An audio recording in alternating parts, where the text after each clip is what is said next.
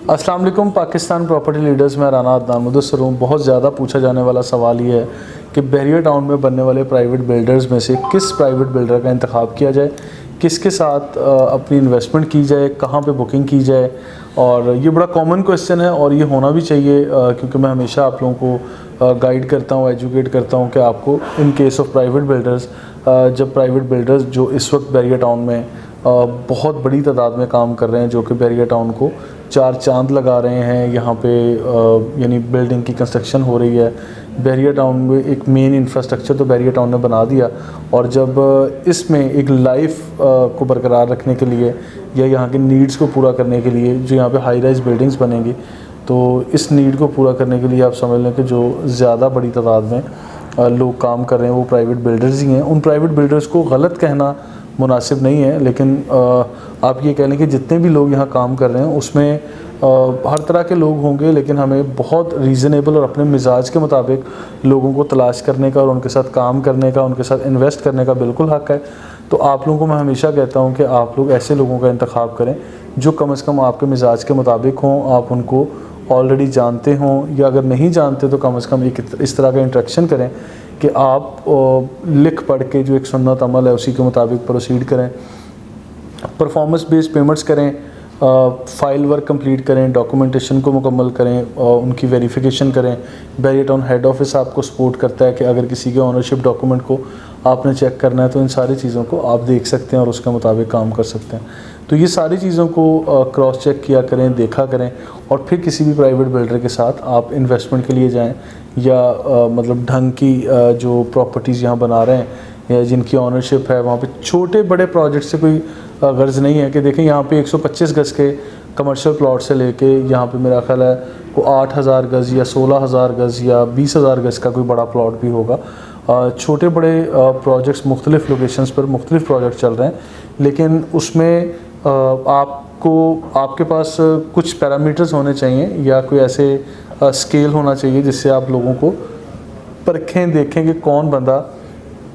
कितने commitment level के साथ काम कर रहा है और किसके साथ आपको इन्वेस्ट करना चाहिए, किसके साथ नहीं करना चाहिए। तो उसमें सिंपल फार्मूला होना चाहिए कि उसके ऑनरशिप डॉक्यूमेंट आपको देखने चाहिए, आपको फ़ाइल वर्क में कोई कॉम्प्रोमाइज़ नहीं करना चाहिए, एफिडेविट वगैरह रिटर्न लेके आएँ, और जो भी पेमेंट्स आप दे रहे हैं, ट्रांजैक्शंस कर रहे हैं, उसका प्रॉपर लें। Building map approval, drawing, front elevation, यानी जो अपार्टमेंट का साइज़ है उसमें ग्रॉस एरिया और नेट एरिया को देखें। इन सारी चीज़ों को जब तक आप जस्टिफाई नहीं करते या आपका बिल्डर आपको जस्टिफाई नहीं करता, तो इस तरह की जगहों पे इन्वेस्ट करना आप लोगों के लिए ख़तरे से खाली नहीं हो सकता। इस तरह से मैं हमेशा आपको बताता हूँ। और परफॉर्मेंस बेस्ड पेमेंट से ये मुराद है, बहुत सारे प्राइवेट बिल्डर्स हैं जो आपका पेमेंट प्लान ये शेड्यूल डिज़ाइन करते हैं, उसमें बताते हैं कि आपको कंप्लीशन पे इतने पैसे देने हैं, और इसमें जो फर्स्ट स्लैब पड़ेगी उस वक्त इतने पैसे आप दे रहे हैं और बीच में जाके इतने पैसे देने पड़ेंगे। और तो ये वाली परफॉर्मेंस बेस्ड पेमेंट्स इनफेक्ट हो गई कि जब कोई डिगिंग कर रहा है, डिगिंग के पैसे हैं, पाइलिंग होगी तो पाइलिंग पे आपने एक अमाउंट पे कर देनी है, तो इसको परफॉर्मेंस बेस्ड पेमेंट कहा जाता है। इस पेमेंट को आप बिल्डर की परफॉर्मेंस के साथ सिंक करके चलते हैं, तो ये आपके हक़ में बेहतर होता है। बीइंग कस्टमर अगर आप इसको डिटेल से सोचें तो ये आपके लिए बेहतर है। यहाँ पे कोई नया बिल्डर काम कर रहा है या पुराना, बहुत सारे लोग हैं, लेकिन किसी के साथ चलने का पैरामीटर तरीक़ाकार यही है एक जो मैंने आपके सामने रखा है कि लोगों को देखें कि उन्होंने मौके पे काम क्या किया है, परफॉर्म क्या किया है, और उसके बाद जाके आप देखें। क्योंकि बनाने से पहले हर कोई यही कहेगा कि मैं तो जी बहुत ही कोई महान किस्म की चीज़ बना के दूँगा, या मेरी जो क्वालिटी होगी वो तो पूरे पाकिस्तान में और किसी की है ही नहीं। लेकिन जब तक लोग बनाते नहीं, डिलीवर नहीं करते, या अगर किसी का ऑलरेडी कोई 2, 4, 5 प्रोजेक्ट्स बने हुए हैं और वो आप एग्जांपल के तौर पे विज़िट कर सकते हैं, तो वो तो बहुत ही अच्छी बात है। अगर कोई देखिए आज बहरिया टाउन नया बना है, ये कोई हज़ारों साल पुराना नहीं है,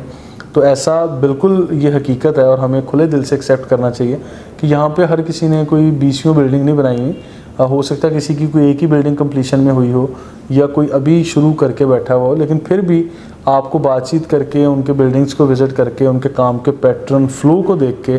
या बहरिया टाउन से बाहर अगर कराची सिटी में, हैदराबाद में या एनीवेयर इन पाकिस्तान अगर उनकी कोई बिल्डिंग बन चुकी है, आप उसका मेंटेनेंस लेवल, उनकी कंस्ट्रक्शन, उनका वहाँ पे जो कस्टमर्स हैं जिन लोगों ने वहाँ पे प्रॉपर्टीज़ रेंट पे ली हैं या परचेज़ करके वहाँ अपना बिज़नेस कर रहे हैं, आप लोग उनसे इंटरव्यू भी कर सकते हैं। और इसमें हमारी मीडिया टीम आपको इस तरह के इंटरव्यूज़ आप तक पहुंचाते रहते हैं। इसमें हम लोग कोशिश करते हैं कि हम लोग फीडबैक दें कस्टमर का, ताकि उस प्राइवेट बिल्डर के बारे में लोग खुले दिल से कमेंट करें कि कौन प्राइवेट बिल्डर कितने अरसे से इस फील्ड में है और किस तरह से काम कर रहा है। मैं यहाँ फिर मेंशन करता चलूँ, कोई भी नया पुराना बंदा अच्छा या बुरा नहीं है। आप कोई भी ऐसा हो कि किसी ने तो पहली दफ़ा बिल्डिंग बनानी है तो आप उससे खौफज़दा हो जाएं, ऐसा नहीं है। लेकिन किसी के साथ भी काम करें, आप कमिटमेंट के साथ कमिटमेंट लें, वो रिटन फॉर्म में होनी चाहिए। टर्म्स एंड कंडीशन को पढ़ें, उसको भी रिटन फॉर्म में लेना चाहिए। कॉन्टैक्ट करें, ओनरशिप डॉक्यूमेंट देखें, क्योंकि बहरिया टाउन यहाँ पे बिल्डिंग कंप्लीट करवाने के लिए जो बायोलॉजी या SOP डिज़ाइन करके बैठे हुए हैं, तो ये लोग बहुत सारी चीज़ों में इम्प्लीमेंट करवाते हैं। लेकिन इसके साथ साथ बहरिया टाउन पे सारी चीज़ें नहीं छोड़नी